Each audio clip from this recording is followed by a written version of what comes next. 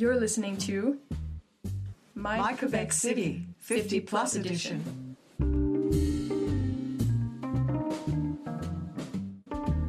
Good morning, good evening, and good night.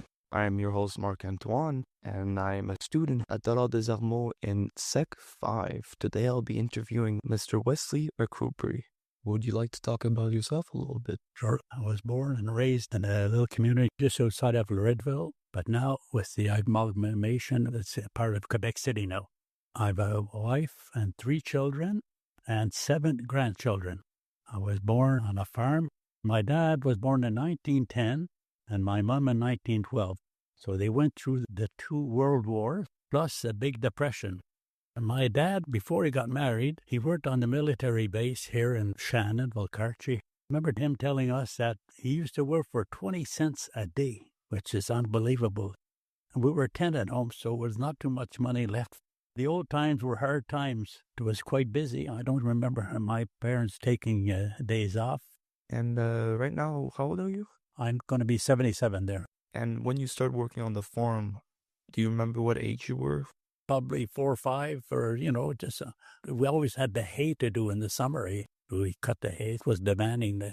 We needed hay for the winter to feed the cattle, feed the sheep, and all that. So it was, there was always something to do. The older you got, the more you worked. So as soon as you learn how to walk, let's say, you were already in the farm. Well, that's it. When I was young, I went to a school which was about 3 kilometers from where we lived. So we had to walk winter.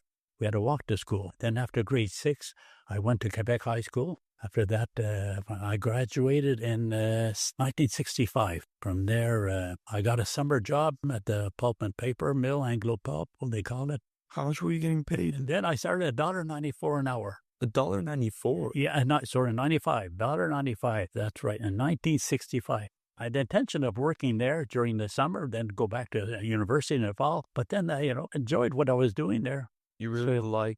Yeah, I liked working there. We had friends and all that. We're like a family. We were 2,300 employees then at the mill.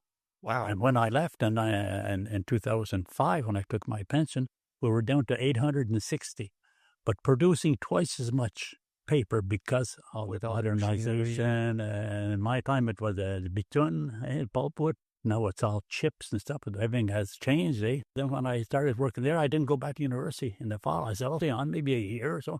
So it ended up 40 years. Got married, children, and so I built my house in 71. I built my house and all that. So and built your house with your family? Yeah, or and no, with my brothers and stuff. Yeah. Also, all your family just built the house? My brothers, yes. The older brothers. They had experience in carpentry and stuff. They work on construction, so they had a good idea. So I built actually on my dad's farm. Oh. Yep. So he had a big farm. Yeah, a mile long it was. My dad would say, which part of the land do you want? How big do you want? This was payback time, eh? True. During those times when you worked at paper mill, did you play music, sport? Not that much. No. Later on, what really influenced me, every Christmas we used to go to my maternal grandmother. What I remember most, my uncle, he would get his accordion out and play. He was a big man, eh? And the accordion seemed to be so small on his lap. And that really impressed me, eh? So I think I sort of got a passion for that. I said to myself, I'd like to play as good as him. How long have you been playing the accordion? Since my 30s, I guess, about almost 40 years. Do you have a band? Yeah, we have a gig going, about 6 musicians. Every Tuesday for about 3 or 4 years, we'd meet.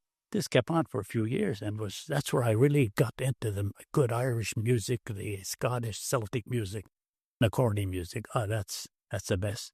That's amazing, Mr. Wesley. Did you ever do a public? Well, we play at St. Bridget's. We go there. We used to go there 3 times a year. And we played in homes in Valcartier. We played for Shannon here. So people enjoy this, eh? Especially on St. Patrick's Day there. Everybody's Irish. So your music is more like from Irish ancestors? Yes. So it's more Irish. Probably 80% of our repertoire is Irish. I have a book at home there. I've almost 285 tunes that I can play. Wow. Yep. So I can play for about 6 hours without playing the same tune twice. And I have trouble playing with the guitar. Them days, that's it. When we started playing, slowly. And we were influenced a lot by the best musicians that we had with us. All music from Shannon, Valcartier, Stoneham, Tewkesbury, Well, there's tune that's all by ear, eh? So when we play it, it's not music that we put a sheet down and we follow the notes. Like mine, I have a certain way of following my music, but we don't read the music. I do read music some, but the real music that we play is all by ear. Somebody joins our group, it'll take years before he knows all our repertoire, eh? Like when I'm playing in our group, if I'm the accordion player, I'm the lead. Okay, the other guys know, okay, St. Andre, okay, if it's that one, if it's this one, So they're like, okay, he's playing. that's it, they know it. And we know the people, especially in Shannon here, when we play, you just see them there, hey, when we play, they like, and then after people come up, hey, my grandfather used to play that tune. And she's probably 90 years old. So, God, you feel good about it, eh? I said, at least we're carrying it on, the music. So you're making History. yes, We're but making people happy. your generation nostalgia. Yeah, So you're just bringing back memories, that's it. It's good. It's good memories. At But that it's point. mostly the older generation. To be honest, I love all type of music, Yes, eh? and I would love to hear yours. Yeah. Well, we can play the clip right now. I'll play it via my mic. First, yeah, so do you give us permission to play it? Sure, go ahead.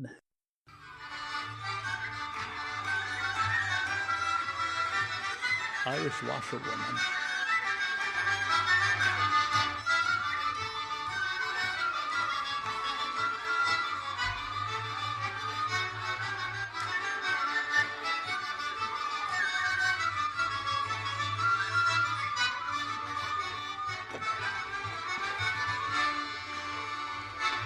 That's one of our favorite tunes.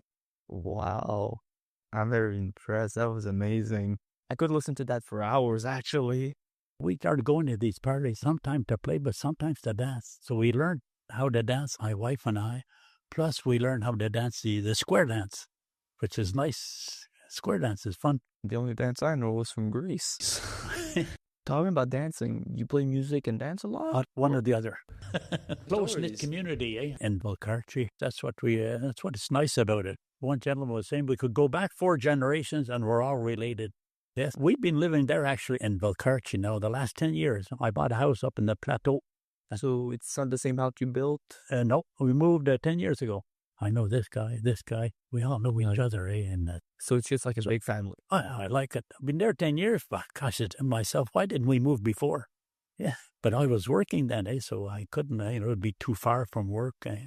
Before we end up, I'll ask you one last question. If I still want to look for your music, to learn it, play it, or hear it, is there a specific place where I could meet someone, talk to someone? They have to come to our gigs, like in Shannon on 17th there. So if someone really wants to learn Irish, Scottish music, They could teach you. You could learn it from a site on Google or something there where you teach you how. But it's not the same as, when you learn from these old guys, it comes from inside. Eh? It's not just the music that I learned from him. He taught me life in general, how to get along with people, how to do this, how to do that, or different things. So we'd be chatting all. You could chat most of the time when you're playing music. You don't just play music. Eh? You start talking, this and that, and then, okay, go back to music.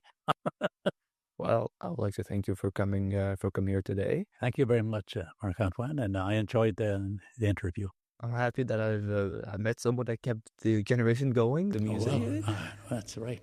Thank you for listening to this podcast. I was your host, once again, Marc-Antoine, and I wish to talk to you very soon.